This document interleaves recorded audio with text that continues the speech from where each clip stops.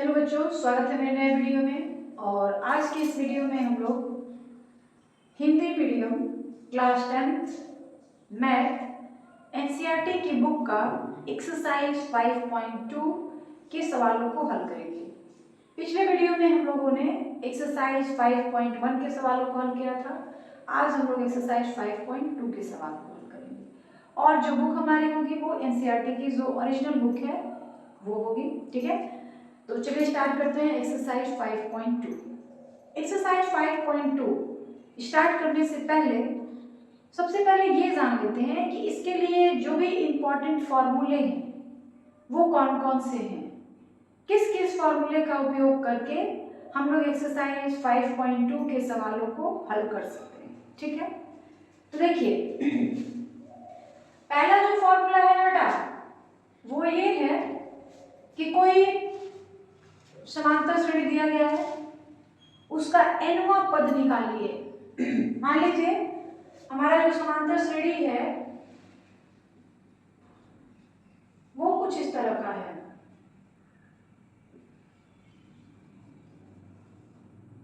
a plus D, a plus 2d इस तरह से दिया हुआ है। ठीक है, अब इस समांतर श्रेणी का nवां पद कैसे निकालते हैं? तो कोई भी समांतर श्रेणी हो उसका nवां पद निकालने के जो फॉर्मूला होता है वो ये होता है बेटा, nवां पद a plus n-1 into D, जहां a क्या है बेटा? प्रथम पद है, d क्या है बेटा? शार्व अंतर है, और n क्या है बेटा? nवां पद है। जैसे मान लीजिए हमने कहा 20वां पद, तो n की जगह हम 20 ले लेंगे। हमने कहा 35वां पद, तो n की जगह 35 ले लेंगे। जिस पद के बारे में पूछा जाए n का मान हम लोग वही रखेंगे। जैसे मान लो हमारे पास एक सीरीज है 2, 4, 6, 8, 10 इस तरह का सीरीज है, और हमने कहा इस सीरीज का 50वां पद क्या होगा निकालिए। तो आप क्या करेंगे? इस फॉर्मूले का उपयोग करेंगे। और जो nवां पद होता है बेटा उसको हम लोग दिखाने के लिए an का प्रयोग करते हैं। an यहीं पे लिखते हैं इस तरह an का मतलब हो गया nवां पद। तो हम लोग ने यहाँ पे कौन सा पद हमको निकालना है? 50वां पद, तो a50 इस तरह लिखेंगे। और क्या हो जाएगा? a plus n-1 into D. a का मान क्या है? 2, n का मान 50, d का मान भी 2 है। तो क्या हो जाएगा? 2 49 इंटू 2 98 100, यानी इस सीरीज का जो 50वां पद होगा वो कितना होगा बेटा? 100। तो इस तरह से किसी भी सीरीज का जो भी टर्म पूछा जाए, जो भी पद पूछा जाए उसका मान आप निकाल सकते हैं। ठीक है, उसके बाद इस एक्सरसाइज में तो नहीं, एक्सरसाइज 5.3 में इसकी जरूरत पड़ेगी इस फॉर्मूले की। समांतर श्रेणी के पदों का योगफल। समांतर श्रेणी में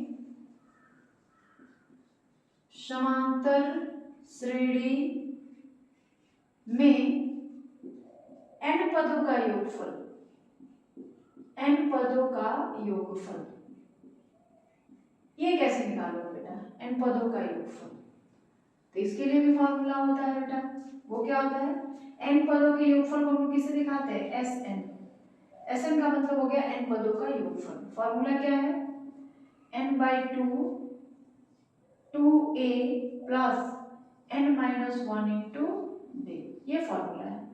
एक और भी फॉर्मूला होता है n/2 a, इसको हम ऐसे लिख सकते हैं, यहाँ 2a था ना उसको हमने 2 पार्ट में बांट दिया। ठीक है, तो ये हो गया n/2 a, और इतने दूर के लिए आप लोग लिखेंगे l। तो एक फॉर्मूला बनता है n/2 2a plus n-1 into d, और एक फॉर्मूला बनता है n/2 a plus l। L क्या है बेटा, लास्ट टर्म है, जहां ए श्रेणी का प्रथम पद है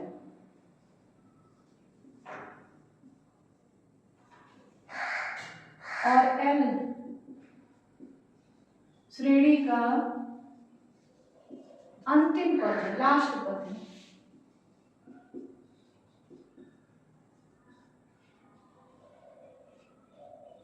आगे बात समझ में? तो कोई भी समांतर श्रेणी हो उसका nवां पद निकालने के लिए ये फॉर्मूला है हमारे पास, जिसको हम लोग general term of AP series बोलते हैं, और n पदों का योगफल निकालने के लिए ये फॉर्मूला है हमारे पास। ये भी हो सकता है या फिर ये भी हो सकता है बेटा, ये दो फॉर्मूले, ठीक है। तो इन्हीं दोनों फॉर्मूलों का उपयोग करके हम लोग एक्सरसाइज 5.2 और 5.3 दोनों हल कर लेंगे, ठीक है। तो जल्दी से इसको नोट कर लीजिए, फिर हम आगे बढ़े। अब हम लोग एक्सरसाइज 5.2 के सवालों को हल करेंगे। पहला सवाल देखिए क्या है, निम्नलिखित सारणी में रिक्त स्थानों को भरें। देखिए यहाँ खाली जगह, यहाँ है, यहाँ, ये सारे जो रिक्त स्थान है ना, इसको बेटा आपको भरना है। तो कैसे भरोगे? देखो, ये ए का मान दिया है, ये डी का मान दिया है, ये एन का मान दिया है, और ये जो है ए एन दिया है, nth टर्म जिसको कहते हैं, ठीक है। तो यहाँ पे देखिए आपसे पूछा क्या जा रहा है, nth टर्म पूछा जा रहा है। ए का मान 7 दिया है, डी का मान 3 दिया है, एन का मान 8 दिया है, तो nth टर्म पूछा जा रहा है। तो ए एन बराबर में बेटा हमारे पास फॉर्मूला होता है a plus n minus 1 into d, इसी ए एन का मान पूछा गया। तो ए की जगह 7 रख लेंगे, n की जगह क्या रखेंगे बेटा 8, माइनस 1 डी की जगह क्या रख लेंगे हम लोग 3। ये क्या होगा बेटा 7 प्लस 8 माइनस 1 7, फिर से तो 7 इंटू 3 21 हो जाएगा, और 28, यानी यहाँ पे क्या हो जाएगा, खाली जगह जो दिया हुआ है वहां पर वो क्या भर लेंगे 28। आई बात समझ में? दूसरे में आपसे डी का मान पूछा जा रहा है। ए दिया हुआ है -18, एन दिया हुआ है 10 और ए एन दिया है 0। आपसे डी का मान पूछा जा रहा है। फिर हम लोग वही फॉर्मूला लगाएंगे ए एन वाला, वहां से हमको डी का मान मिल जाएगा। तो ए एन बराबर क्या है, देखिए ये पहला वाला हो गया, पहले का आंसर हो गया। दूसरा हो, फिर वही formula a n is equal to a plus n minus 1 into d. A का मान तो हमारे पास 0 दे दिया, तो हम रख लेंगे। ए का मान हम लोग रखेंगे -18। आगे की बात समझ बेटा, मैं क्या कहना चाह रही हूँ, ए का मान हम लोग कितना रखेंगे बेटा -18, ठीक है। एन का मान क्या रखा जाएगा 10, -1, और डी का मान क्या रखेंगे बेटा हम लोग, वो तो हमसे पूछा ही जा रहा है, तो डी का मान हमें निकालना है -18 plus 9 minus 1, sorry 10 minus 1 9 into D 9d। 18 को इधर ला दो बेटा, तो क्या हो जाएगा +18, और यहाँ क्या बचेगा बेटा 9d। तो डी की वैल्यू क्या हो जाएगी 18/9, यानी कितनी हो गई बेटा 2। तो डी की वैल्यू क्या हो जाएगी हमारे पास 2। अरे बात समझ में? अब हम लोग तीसरा सवाल करेंगे बेटा। देखिए तीसरे सवाल में ए नहीं दिया गया, यानी प्रथम पद नहीं दिया गया, तो प्रथम पद कैसे निकालेंगे, फॉर्मूला फिर वही रहेगा बेटा a n is equal to, ये थर्ड वाला पॉइंट है, a plus n minus 1 into d. A n इसका मान दे दिया है मुझे -5, ए का मान बेटा नहीं पता है तो हमने ए रखा, एन की जगह दिया है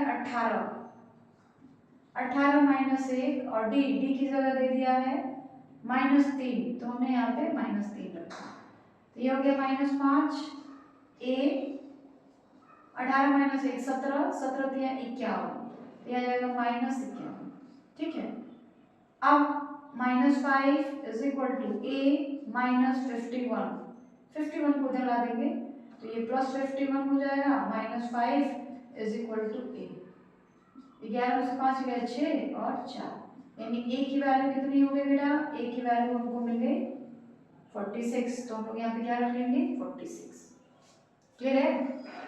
ठीक है ना बेटा, समझ आ रही बातें? ओके, अब 4 करते हैं। देखो तो 4 हम लोग यहाँ कर लेते हैं। देखिए 4 क्या होगा, n का मान पूछा गया है, फॉर्मूला वही again, an is equal to a plus n minus 1 into D. ठीक है बेटा, आ रही बात समझ में बेटा मेरी बातें? चलिए an की वैल्यू तो दी नहीं है, हमें फाइंड आउट करना है। a की वैल्यू दी है बेटा -18.9 प्लस n की जगह पे ये हमको नहीं पता है बेटा, तो उसको खाली छोड़ देंगे। d की जगह पर 25, ठीक है, तो ये हो गया -18.9 प्लस 25n माइनस 25। ठीक है, अब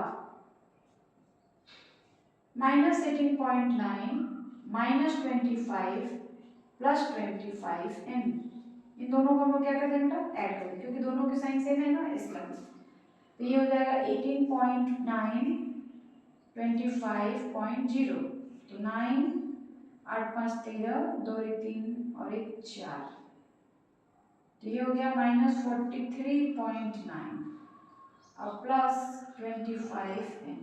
ठीक है, हम लोग क्या करेंगे, इसको इधर ला देंगे, इस वाली चीज को थोड़ा इधर ला देंगे। पहले एक बार देख ले, लग रहा है थोड़ा सा कहीं कुछ गड़बड़ है क्या। a की वैल्यू -18.5 18.9 और d की वैल्यू 25, an की वैल्यू ये दी गई बेटा 36, ये मेरा छूट रहा था, 3.6, an की वैल्यू दी गई है 3.6, दिस इज 3.6। इसको जब हम इधर लाएंगे तो 3.6 प्लस 43.9, ये हो जाएगा 25 है। दोनों को ऐड कर लेते हैं, 43.9 और 3.6, 15 की 5 कैरी बचा 1, 3 3 6 और 1 7 4, इतना आएगा बेटा। ठीक है, 15 के 5 ऐसे बचे 1 3 3 6 और 1 7 4। अब ये कितना हो जाएगा बेटा, 47.5 is equal to 25, n is equal to हो जाएगा 475 बाई पॉइंट है 25, पॉइंट हटा देंगे तो 0 बढ़ जाएगा। तो अब कितना हो जाएगा, काटना पड़ेगा, तो काटने के लग रहा है कुछ वैल्यू डिस्टर्ब है क्या, बुक देखनी पड़ेगी आपको कि सवाल में सही लिखा है। देखिए एनसीईआरटी की बुक हमने लिया हुआ है, a की वैल्यू है -18.9, यहाँ पर ना बेटा गड़बड़ है थोड़ा सा, देख लो यहाँ पे 2.5 है, इसलिए सारी चीजें गड़बड़ हो गई बेटा। तो ये आपका जो सवाल है ना गलत हो गया, यहाँ पे 2.5 रहेगा बेटा, ये सारा चीज गड़बड़ हो गया। तो अब क्या करोगे, यहाँ पे 2.5 है बेटा, देख लो सवाल में, an की वैल्यू हो गई 3.6 -18.9 प्लस 2.5n माइनस 2.5, ठीक है ना, 2.5 से मल्टीप्लाई कर दिया सबको, ये हो जाएगा -18.9 माइनस 2.5 प्लस 2.5n, इसको हम लोग ऐड कर देते हैं, 9 और 5 14, 8 2 10 और 1 11,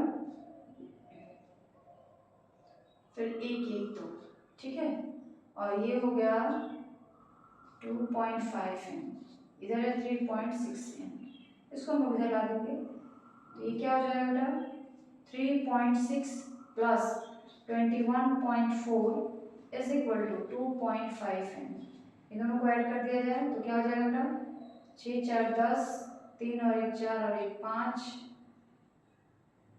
2, ठीक है, इधर 2.5n। नाउ n की वैल्यू कैसे निकालेंगे बेटा, 2.5n is equal to 25.0, n is equal to 25.0 by 2.5, ठीक है, आई बात समझ में। ये तो पॉइंट हटाएंगे तो नीचे आ जाएगा आपका 10 और ऊपर भी चला जाएगा 10, तो पॉइंट सारे खत्म हो गए, 10 10 कैंसिल, 225 250 बाई 25, तो n की वैल्यू कितनी आ गई बेटा 10, n की वैल्यू हम क्या रख लेंगे 10। इसी तरीके से आप पांचवा सवाल खुद सॉल्व करके हमें जरूर बताइएगा कि आपने इसको सॉल्व किया या नहीं, आपका आंसर आया या नहीं। वो भी क्वेश्चन जो है बेटा जैसे हमने यहाँ पे निकाला था 28, सेम उसी तरीके से बनेगा। सारे वैल्यूज आपको दे दिए गए हैं, एन का मान यानी इस तरीके से आपको सॉल्व कर देना है और इसे कमेंट सेक्शन में जरूर बताइएगा सॉल्व करके, ठीक है। आगे बढ़ा जाए बेटा। चलिए अब हम लोग दूसरा सवाल हल करेंगे। देखिए सवाल नंबर 2 और 3 में कई पार्ट दिए गए हैं तो दोनों को बारी बारी से देखेंगे। देखिए सवाल क्या है, 2 नंबर सही उत्तर हो चुके हैं।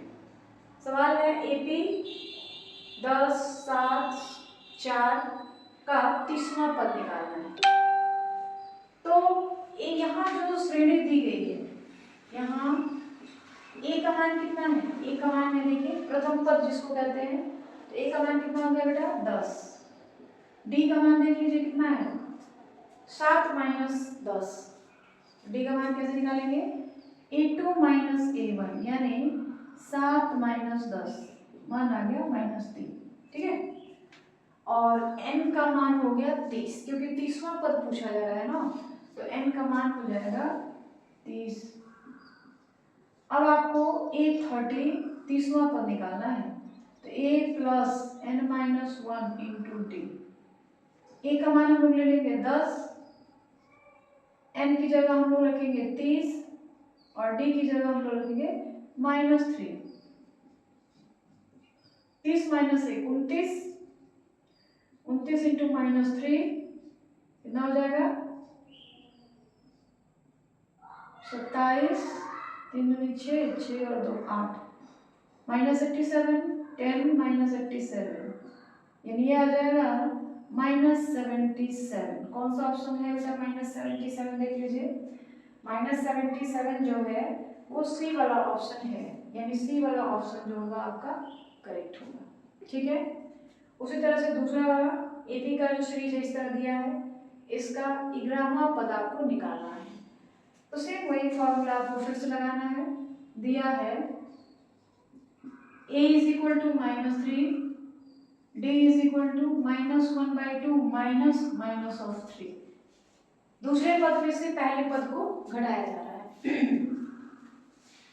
तो क्या हो जाएगा d का मान -1/2 माइनस माइनस प्लस, यानी ये हो जाएगा -1 प्लस 6/2 यानी 5/2। डी की वैल्यू कितनी आ गई 5/2 और एन का मान हमें 11 दिया है तो हमको 11वां पद निकालना है।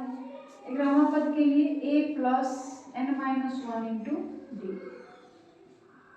ए की जगह हम लोग ले लेंगे -3, n की जगह 11 और d की जगह 5/2, तो ये हो गया -3 प्लस 10 इंटू 5/2 -3 प्लस 25 यानी इसकी वैल्यू आ जाएगी 22। देख लीजिए 22। देखिए 22 कौन सा ऑप्शन है, बी वाला, यानी बी वाला ऑप्शन जो होगा आपका करेक्ट होगा, ठीक है। उसी तरह से तीसरे सवाल को हम सॉल्व करेंगे। देखिए पहला पद दिया है 2, दूसरा पद आपको खाली जगह छोड़ा गया है, तीसरा पद दिया है 26, तो आपको दूसरे पद का मान निकालना है तो देखिए कैसे करेंगे। 3 का फर्स्ट, a का मान तो 2 दे दिया है, ठीक है, और तीसरा पद यानी a प्लस 2d का मान दे दिया है 26। तीसरा पद है ना a प्लस 2d, तो a का मान 2 और a प्लस 2d का मान 26, तो a का मान हम लोग यहाँ से रख लेंगे, यहाँ पे 2 plus 2d is equal to 26, यानी 2d इज इक्वल टू आ जाएगा 26 minus 2, 2d is equal to आ गया 24, तो d की वैल्यू कितनी आ जाएगी 12, d की वैल्यू क्या हो जाएगी 12। अब यहाँ पे जो टर्म होगा उसका मान होगा बेटा a प्लस डी, क्योंकि दूसरा टर्म होता है a प्लस डी, तो a का मान तो हमारे पास 2 आ ही गया है, d का मान हमने 12 निकाला है, तो a प्लस डी की वैल्यू कितनी हो जाएगी बेटा, a प्लस डी की वैल्यू हो जाएगी 14, यानी यहाँ पे हम क्या भर देंगे 14 भर देंगे, अब यही बात समझ में, ए का मान दिया हुआ था पहले से, हमने डी का मान निकाल दिया। उसके बाद ये दूसरा पद है बेटा, और समांतर श्रेणी में जो दूसरा पद होता है उसका मान होता है a प्लस डी। तो हमने a पहले से पता है, d हमने निकाल लिया, अब दोनों को हमने जोड़ दिया, तो a प्लस डी की वैल्यू आ गई 14, यानी यहाँ पे जो रिक्त स्थान है वहां पे क्या रखा जाएगा 14। दूसरा देखिए,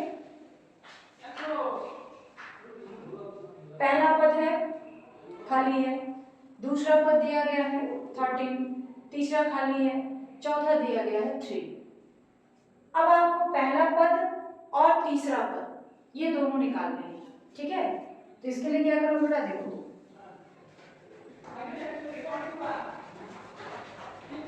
दूसरा पद a प्लस डी, इसका मान 13, तीसरा तो खाली है, चौथा पद a प्लस 3d, इसका मान दिया है 3।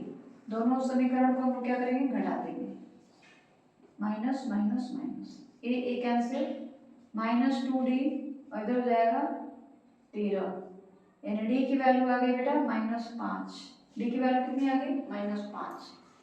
अब a प्रथम पद है, d की वैल्यू हमने -5 निकाल लिया, d का मान किसी भी समीकरण में रखिए, d का मान समीकरण 1 में रखने पर, तो d का मान -5 रख लेते हैं समीकरण 1 में, a -5 is equal to 13, a 13 plus 5 यानी a की वैल्यू आ जाएगी 18। तो a की वैल्यू कितनी हो जाएगी हमारे पास, 18 हो जाएगी, ठीक है। ये तो दूसरा पद है। तीसरा पद क्या होता है, a प्लस 2d, तो ये तीसरा पद है ना बेटा, तो इसका फॉर्मूला होता है a प्लस 2d। a की वैल्यू हमने क्या रखा है 18 और माइनस 2d, d का मान -5 आया है, तो -2d मतलब 2d का मतलब हो गया -10। अब 18 और प्लस -10, जैसे हम लोग 1 प्लस 2d का मान यहाँ पे निकाल लेते हैं, a का मान 18 और -10 कितना आ जाएगा 8, यानी ये वाला टर्म जो होगा 8 हो जाएगा, ठीक है। उसके बाद पहला टर्म दिया है, दूसरा टर्म खाली है, तीसरा टर्म खाली है, चौथा पद दिया है। फिर से आपको पहला टर्म दिया है और चौथा टर्म दिया है, दूसरे और तीसरे को आपको निकालना है।